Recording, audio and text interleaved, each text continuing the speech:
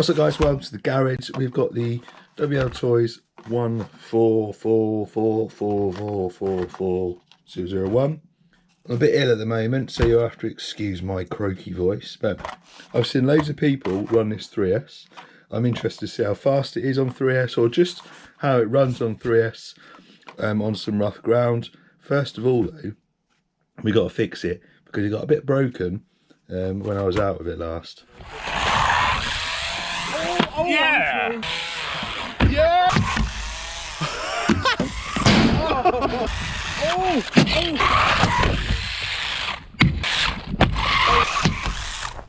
Oh, yes!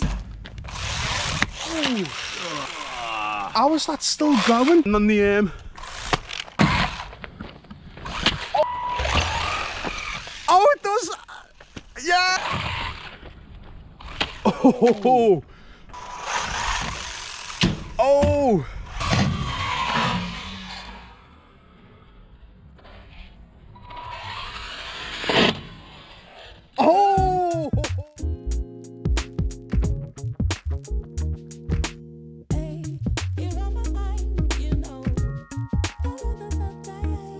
As you can see, it needs a little bit of a repair, so I'm going to straighten out the shock towers, get the shocks back on. I don't think I need to strip them down because they look quite soft, so I can probably take the shocks off, bend it back, put the shocks back on.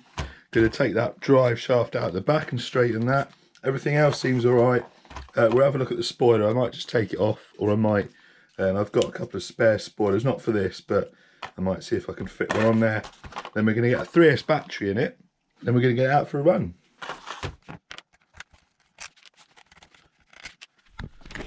Right, they come off really easy at C. I'm going to try and do this one-handed at first, but should.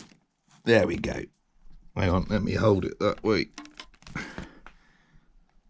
Easy. Just be careful not to flex it too much because it might break, but you could always heat it up as well. I'm just going to do it slowly. I mean, it's a good thing that it's soft alloy because you can straighten it easy, but it also means it's going to bend easy, which it did, but still. You can get spares for this now. I'll put a link in the description for this truck and a link to the shortcut to all the spares. The front and rear shock towers, they're about $4 a pair, I think. Nice and cheap. I'm not even going to take the shocks off on the rear one.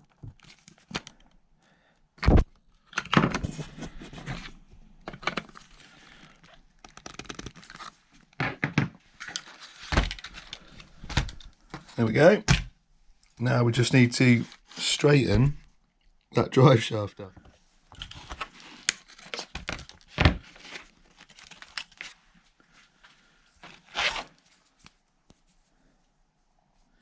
You could use a hammer, but they are so soft that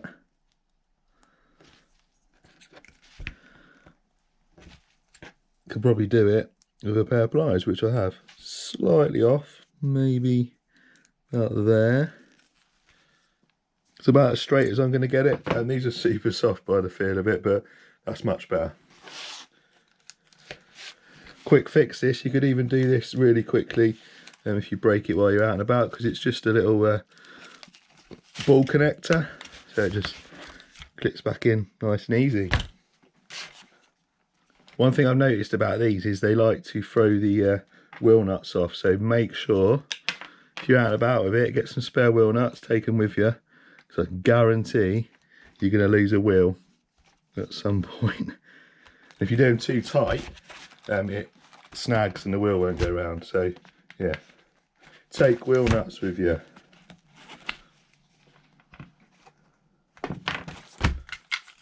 So finally, all you need to do for 3S, take out the strap. It's got a little bracket there, a couple of screws underneath. Take that bracket out and it should give you enough room for a 3S. Move the bracket up, further up the chassis, but I'm not sure whether my battery will fit with that moved up. If not, I'm just going to stick one in there. Perfect, so that fits in there. With that bracket moved to the forward, it perfectly fits a 3S in there. I think this strap's going to be too short though, so I've got the battery and the strap doesn't fit, but I've got a little extender here so I can get it over and hold the battery in. And now finally, I've got a XT60 on my battery and a Dean's on my ESC. So I'm just going to switch this over to an XT60 and then we are good to go. So I did actually do quite a bit of talking at the start of this 3S run, but unfortunately where I'd had the camera mounted onto the low seat, I went through quite a bit of water, got a load of water in the microphone, and on these GoPros, if you get water in the microphones, even though it's waterproof, just makes the audio really bad and you can hardly hear it. So I've cut all the voice out, I've edited it as best possible. There's a few bits of me talking in there, and you should be able to hear it. Battery's out. But you can see that this thing is insane on 3S, and I didn't even have the dual rate turned up, as you'll find out in a minute. So yeah, this thing is awesome on 3S, but I'd recommend just keeping it on 2S because it is probably a little bit too fast.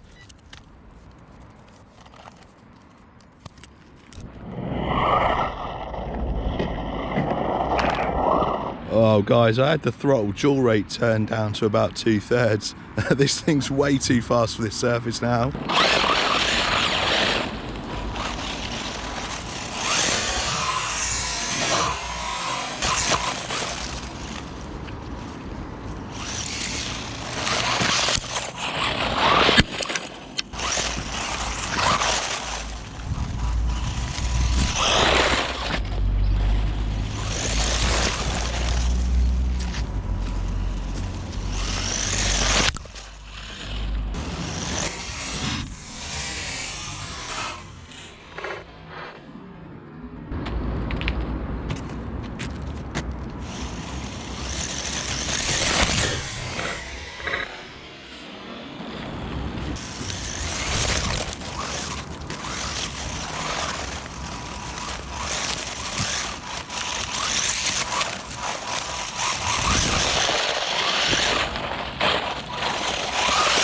Right, my advice now, I've turned the dual rate up.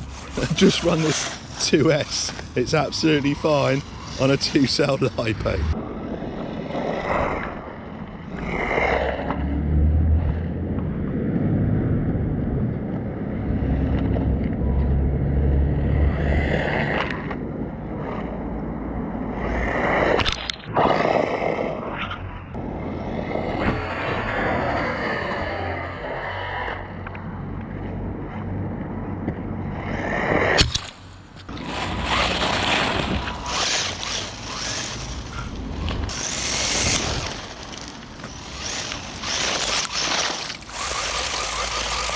I think it might be getting a bit hot.